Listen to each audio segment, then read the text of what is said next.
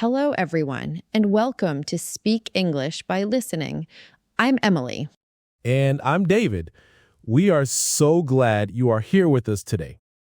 Have you ever noticed how many English learners get stuck when they try to speak? Absolutely.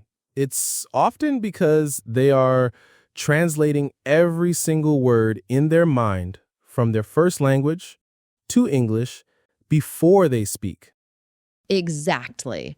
It's like having two conversations at once, one in your head and one out loud. This makes speaking slow and sometimes very difficult. That's so true. And it makes people feel less confident too.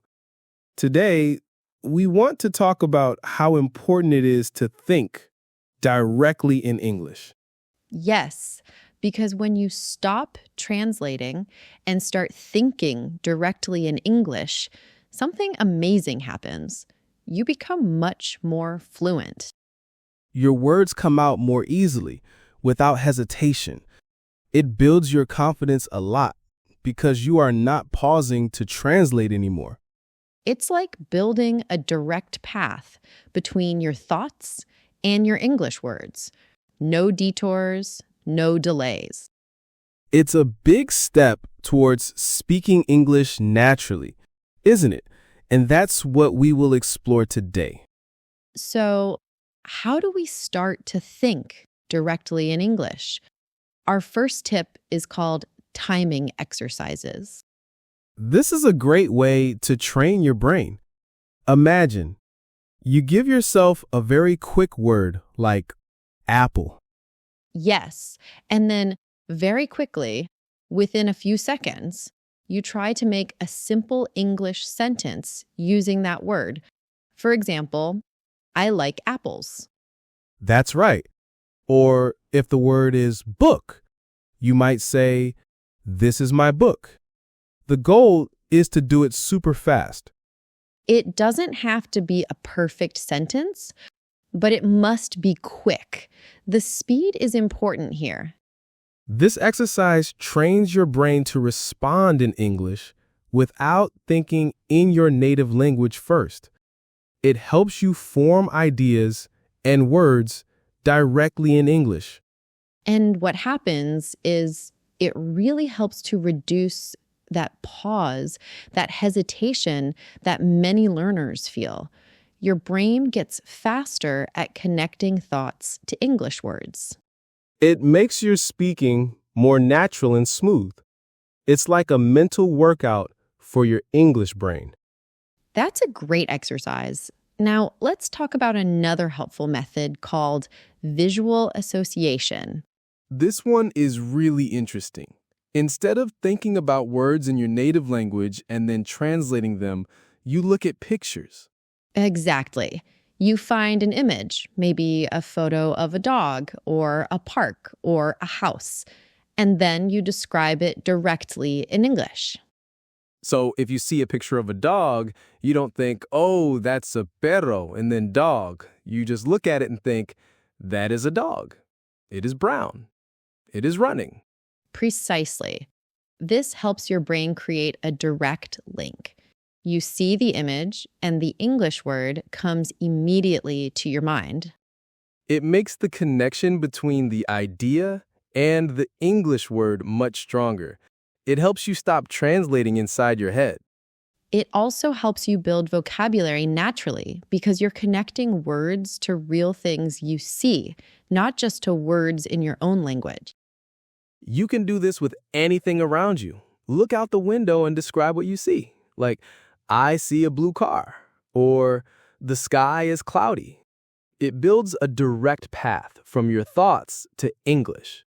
That's a fantastic way to practice, linking the world directly to English. Now, let's talk about something we all do every day, narrating our day. Oh, this is one of my favorites. It's about taking your common routines and turning them into English practice. Yes, exactly.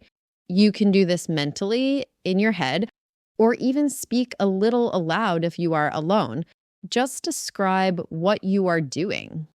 So when you wake up, instead of just getting ready, you think, I am waking up. I need to brush my teeth. I will make coffee now. Perfect examples. Or when you are eating, you might think, I am eating breakfast. This is toast and eggs. It tastes good. And it's not just about what you are doing. You can also describe what you plan to do or what you did earlier. Later, I will go to the store. Or this morning, I walked my dog. This practice helps to make English a part of your natural thought process. You are not trying to learn new words in a book. You are using the words for your real life. It makes your routines a chance to learn. It helps you think in English without even trying too hard, because you are just talking about your day. Building on narrating your day, let's talk about something even more personal: practicing self-talk in English. This is a great way to deepen your English thinking. It means having conversations with yourself, but inside your head. That's right. You can mentally discuss your plans for the day, your feelings about something, or even a small challenge you are facing. So if you are thinking about what to do next, instead of thinking in your first language, you would think, what should I do now? Maybe I should clean my room first. Exactly. Or if you are feeling happy, you might think, I feel very happy today because the sun is shining. If you are a little worried, you could think, this problem is difficult. How can I solve it? This practice truly helps because it's like having a natural conversation. You're asking questions and answering them all in English. It trains your brain to process thoughts directly in the language. It also helps you think clearly. When you try to explain your thoughts, even to yourself, you organize them better in English. It makes your connection between thoughts and English words much stronger. It's a powerful way to simulate real speaking without the pressure of talking to another person. You're simply practicing with yourself, which is a very safe space to learn. That's a great point. And building on that idea of talking to yourself, there's another helpful method: question and answer drills. Oh, I like that.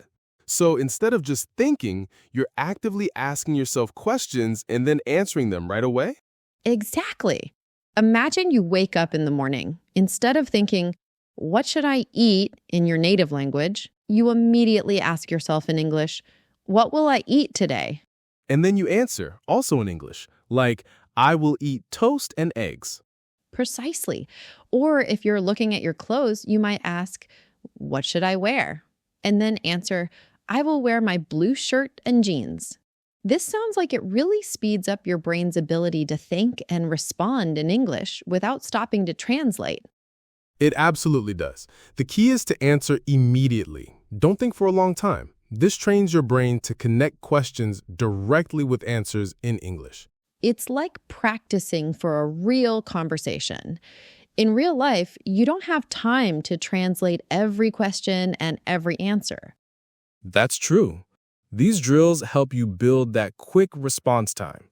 They make English feel more natural for your thoughts and your voice.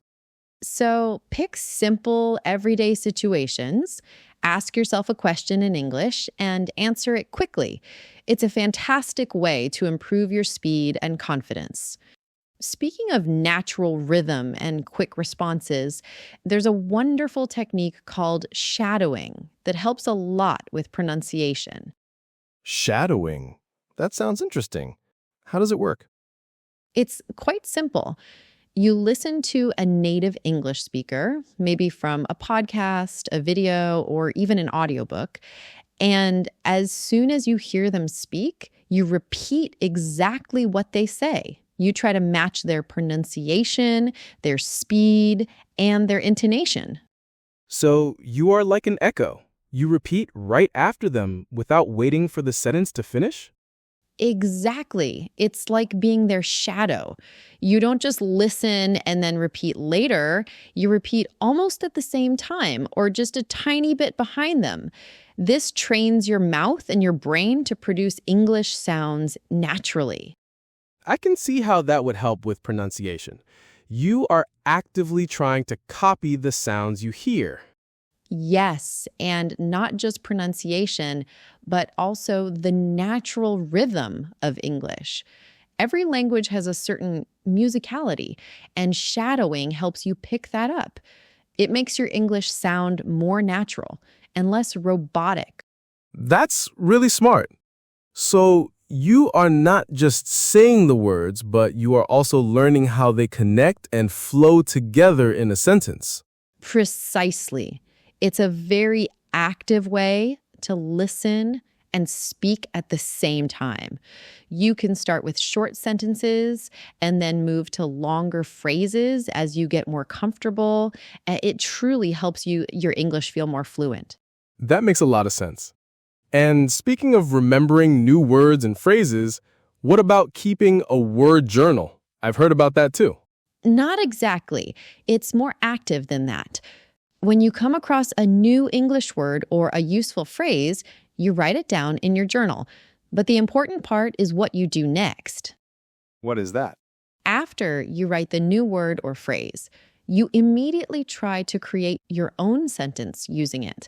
Not just any sentence, but one that makes sense to you, maybe about your life or something you like. So if I learned the word grateful, I shouldn't just write it down, but also write, I am grateful for this podcast? Exactly. That's a perfect example.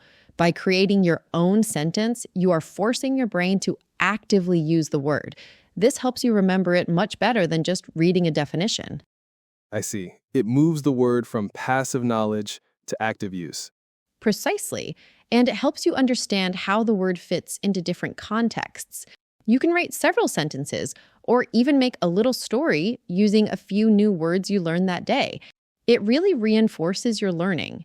All these methods we've discussed today, from timing exercises to keeping a word journal, they really point to one core message, don't they? They do. It's all about training your brain to process ideas directly in English. The main goal is to stop translating in your head. So, the essential point is to think in English, not just speak it. That truly helps with fluency and less hesitation. Exactly. And it's not just about one method, it's about using a mix of practices, visual, spoken, written, and reflective, for a complete skill boost. And making it a regular habit is so important. Integrating English thinking into your daily routines is where the real learning happens. Absolutely. Every small step, every time you choose to think in English, builds progress. Remember this simple idea. Think, don't translate. It will change your English journey. Before we go, we want to give you one clear action step for this week. Pick just one method we talked about today, perhaps narrating your day, and try it every day for 7 days. See how much better you feel thinking in English. That's a great idea. Remember, every small step brings you closer to your goal. Your English journey is made of these small, consistent efforts. We hope you found today's episode helpful. If you did, please subscribe to Speak English by Listening and leave us a comment. We love to hear from you. We also want to explain 3 useful words we used today. The first word is fluency. When you have fluency, you can speak a language smoothly and easily without stopping a lot. You just keep going naturally. The second word is hesitation. Hesitation means pausing or stopping because you feel unsure. When you think directly in English, you have less hesitation, so you speak more confidently. And the third word is integrate. To integrate means to make something a part of something else. We talked about integrating English thinking into your daily routines, making it a natural part of your day. We truly believe you can improve your English by thinking in it. Keep practicing, keep listening, and keep speaking. You are capable of amazing progress. Until next time, keep thinking in English.